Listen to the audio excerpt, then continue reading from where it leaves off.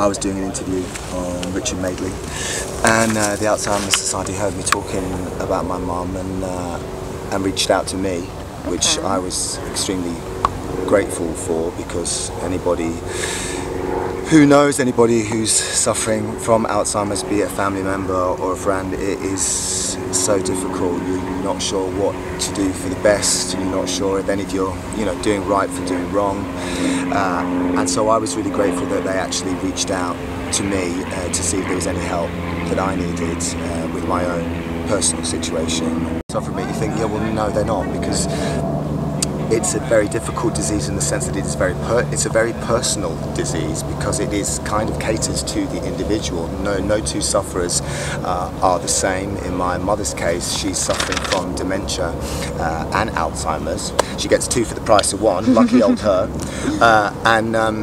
It's just incredibly difficult to know what to do. So Memory Walks, this is the Alzheimer's flagship charity event, and this gives an opportunity for friends and families, people who are suffering, people who are caring for people who are suffering, to get together, to be together, and to feel like they're able to do something positive, because it's so hard to know what to do for the best.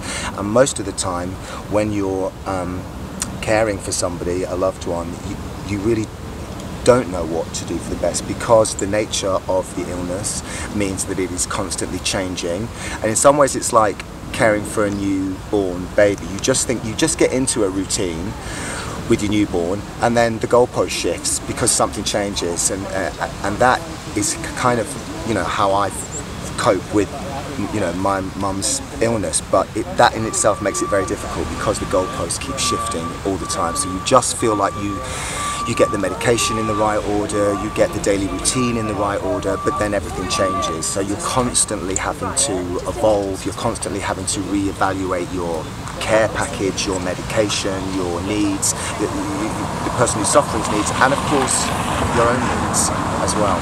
Mum's the same, she's the same. She goes, I'm just going out with the dog, and I'm like, okay, like that. 3 hours later, I'm like, but she rolls back in, because the dog always brings her back. The dog knows where to go. The dog just enjoys having the length of time out. So I think he takes her around the other ways purposefully, thinking, I'm not going back just yet.